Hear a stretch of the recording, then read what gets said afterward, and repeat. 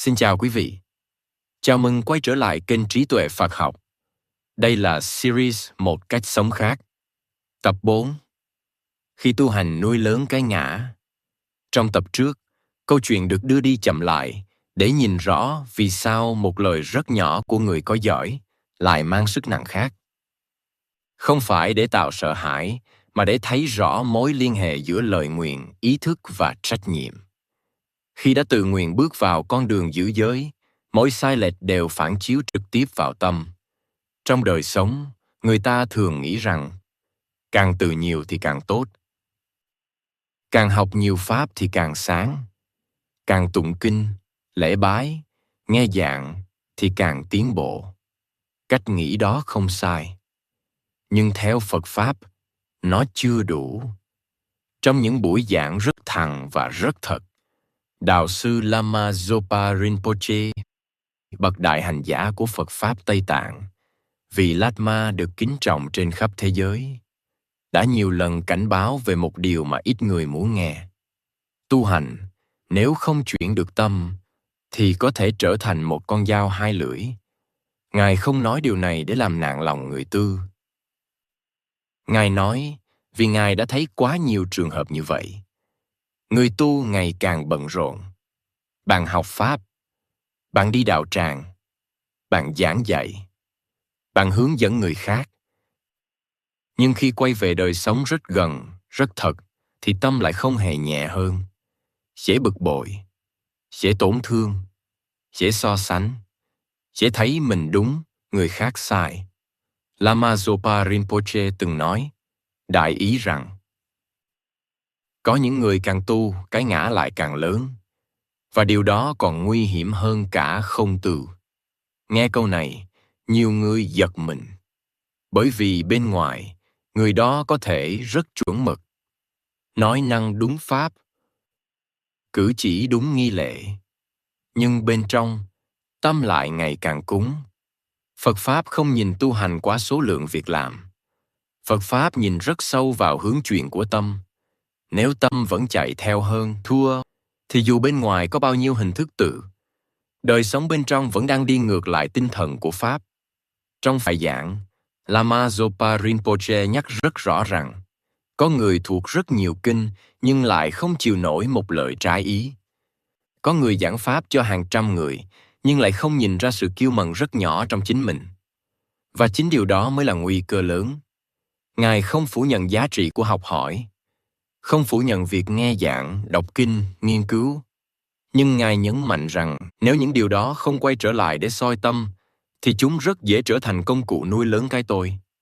Cái tôi trong áo tu hành nguy hiểm hơn cái tôi đời thường, vì nó khoác lên mình về đúng đắn. Và chính vì thế, nó rất khó bị phát hiện. Lama Zopa Rinpoche từng nói rằng, người tu cần đặc biệt cẩn trọng ở điểm này, bởi khi đã học nhiều, biết nhiều, rất dễ sinh ra một cảm giác ngầm, tôi hiểu rồi. Và khi cái hiểu rồi ấy xuất hiện, thì tâm học hỏi khép lại, còn cái ngã thì âm thầm lớn lên. Phật Pháp không phải để làm cho con người trở nên cao hơn người khác. Phật Pháp là để làm cho con người bớt chấp vào chính mình. Nếu tư mà thấy mình ngày càng khó găng, ngày càng không chịu được sai sót của người khác, ngày càng ít lắng nghe, thì theo Phật Pháp, đó là dấu hiệu cần dừng lại để nhìn rất kỹ.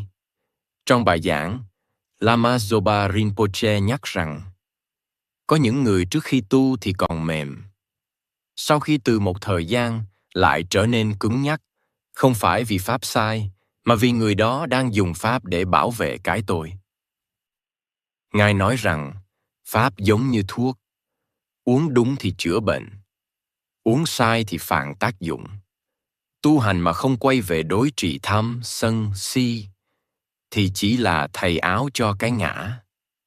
Áo mới nhìn rất đẹp, nhưng bên trong, cấu trúc cũ vẫn còn nguyên. Vì vậy, Lama Zopa Rinpoche luôn nhấn mạnh đến việc thuần phục tâm, không phải bằng ép buộc, không phải bằng đàn áp, mà bằng sự quan sát rất thật. Mình đang tu để chuyển hóa, hay mình đang tu để củng cố hình ảnh về bản thân? Phật Pháp không cần người hoàn hảo. Phật Pháp cần người thành thật với chính mình. Một người biết mình còn tham, còn sân, còn mạn, mà chịu nhìn thẳng vào đó theo Phật Pháp, còn an toàn hơn một người tin rằng mình đã hiểu hết, đã đúng hết. Chính vì vậy, Lama Zopa Rinpoche nói rằng, từ nhiều mà tâm không đổi thì nguy hiểm không phải vì tu hành là xấu, mà vì sự tự mãn làm che mặt con đường thật sự của Pháp. Series này mang tên Một cách sống khác không nhằm phê phán ai. Nó chỉ mời người nghe dừng lại một chút và tự hỏi, những gì mình đang làm mỗi ngày có thực sự làm cho tâm mình mềm ra không? Có làm cho mình dễ thương hơn, dễ sống hơn, biết lắng nghe hơn không? Nếu có, thì đó là Pháp đang đi đúng hướng. Nếu không, thì có lẽ đã đến lúc cần quay lại điểm rất căn bản. Tu không phải để trở thành ai đó, mà để bớt đi cái tôi đang chặn đường mình và người khác. Trong tập tiếp theo, nhịp kế sẽ chậm lại để nhìn vào một góc rất đổi. Trí nhớ, sự minh mẫn và mối liên hệ sâu xa giữa tâm, nghiệp và chất lượng sống. Một cách nhìn khác về sự suy giảm trí nhớ.